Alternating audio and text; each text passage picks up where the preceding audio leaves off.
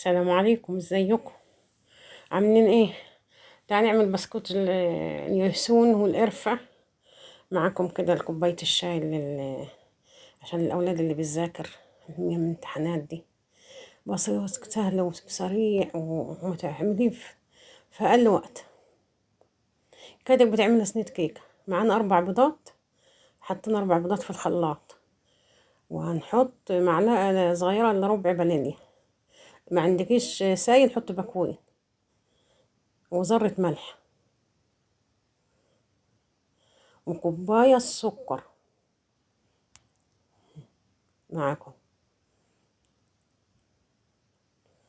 ونص كوباية زبدة دايبة سايحة، مش مقدوحة، مش سخنة. يعني تقدحيها تسيحيها وتدوبها تدوب كده وتسيبها تبرد. ونص كوباية زيت. بالكوباية المعيارية كل الحاجات اللي أنا قلت عليها دي، السكر والسكر بالكوباية المعيارية، والدقيق 3 كوبايات دقيق برضو بالكوباية المعيارية. دي كوباية معاكم. أنا ندخلهم بس الأول، ودول كوبايتين على بعض أنا معايرهم برضو. هندخلهم برضو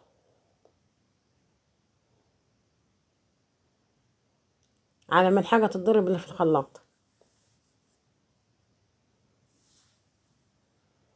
لازم تدخل الدقيق عشان بيبقى فيه كده تاكلات في حاجة ما تضمنيش. وده باكو بيكنج باودر أو معلقة بيكنج باودر كبيرة مليانة. أنا حطيت الملح مع البيض، وهنكب اللي اتضرب في الخلاط على الدقيق والبيكنج باودر، وهنقلب.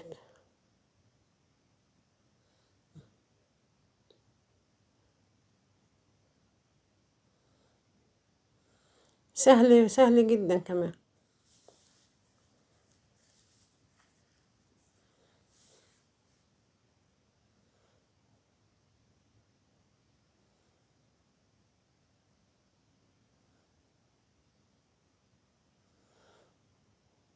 زي الكيكة بتقلبي اتجاه واحد، بتلفيه لف، مش محتاج عجن، هو مش عجين أصلا. تلفيهم لف كده على بعض.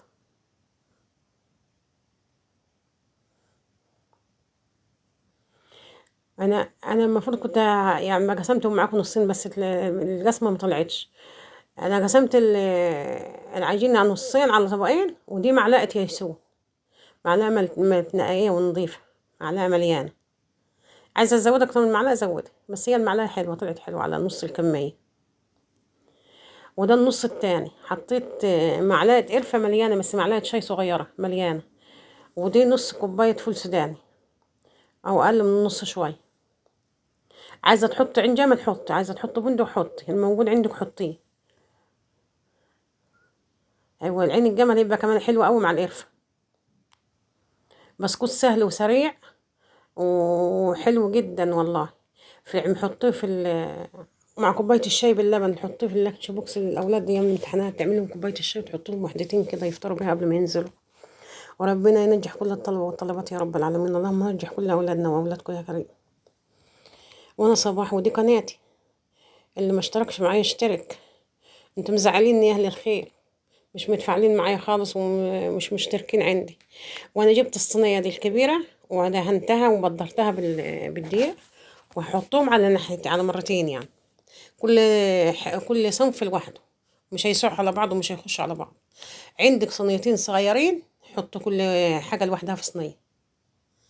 انا عندي بس صينيات مدوره، انا عايزاهم مستطيلين عشان لما يستووا يبقوا مستطيلين كده، نعرف نطلعهم شرايح كده ونحمصهم. بتسويها بايدك، بتسويها بالسباتلا، بتسويها، هي ما بتغلبش يعني. بس بننزح بقى البولة حلوة بقى. انا سويتها بايدي او بالسباتلا كده، بليت السباتلا ميه وسويتها بيها. وهم هيفضلوا زي ما هم كده. وانا مسخنه الفرن من ساعه ما بدات، ودخلتهم على الفرن درجه حراره 180. واول ما بدات فيها وانا مسخنه الفرن مولعه الفرن، وحطيت فيها عود الشيش طاووق عشان تبقى خاليه. بص طالعه خاليه، مش لازقه حتى. وهنا كده لما بردت خالص سبتها لما بردت عشان نقطعها بسكينة مشرشرة، بسكينة عادية زي ما انت عايزة، بس دي سكينة مشرشرة بس صغيرة يعني مش اللي هي الكبيرة، بس المشرشرة أحلى في التقطيع هتبقى سهل معاك. بس عشان هي مش هتجيب الاتنين مع بعض أنا أقطع واحدة واحدة.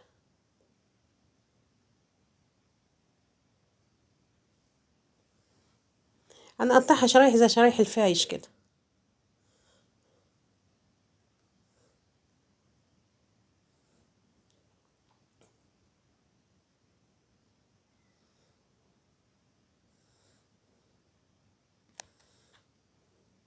وهرصها في الصينية زي ما هي كده. جبت صاجة مش دهناها حاجة، مش مدهونة الصاجة حاجة، بس احنا عشان احنا هنحمص مش هنسوي. ودي الصينية التانية، وقعدوا في الفرن حوالي ربع ساعة، مكملوش ربع ساعة، واحمروا كده من ناحيتين.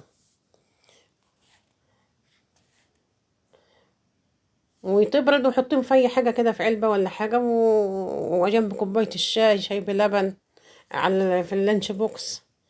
المهم ان هي حلوة في كل الأصناف، وكانت بتعمل صينية كيكة ما بتاخدش ربع ساعة، وبالهنا والشفا، صحتين على قلبكم، ودي النتيجة النهائية.